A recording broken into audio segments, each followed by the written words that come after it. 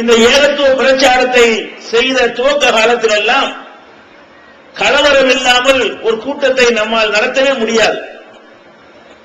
பலவிதமான வன்முறை வெறியாட்டங்களை நமக்கு எதிராக கட்டமைத்து விட்டார்கள். நம்முடைய சகோதரர்கள் யாராவது இறந்து விட்டால் அவர்களை முஸ்லிம்களுடைய மையவாடியில அடக்கம் செய்ய விடமாட்டோம் என்கிற அளவுக்கு அவனுடைய கொடுமையை தலைவிரித்து ஆடியது. ஆனாலும் திரும்ப திரும்ப வீரியமாக, துணிவாக, தைரியமாக இந்த பிரச்சாரத்தை நம்ம செய்து வந்த பிறகு இப்போது நிலைமை வேறு விதத்தில் மாறி இருக்கிறது.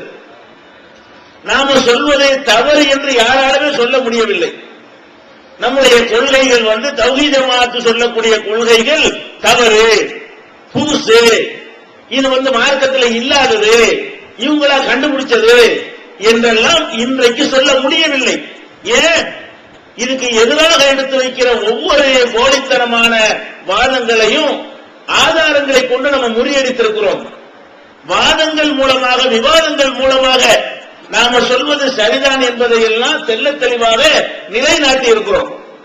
இப்போது என்ன நிலைமை என்று சொன்னால், பெரும்பாலான 95% மக்கள் தௌஹீத் ஜமாஅத் சொல்லக்கூடிய அந்த கொள்கை சரியானது, அவங்க சரியாகத்தான் சொல்கிறார்கள்.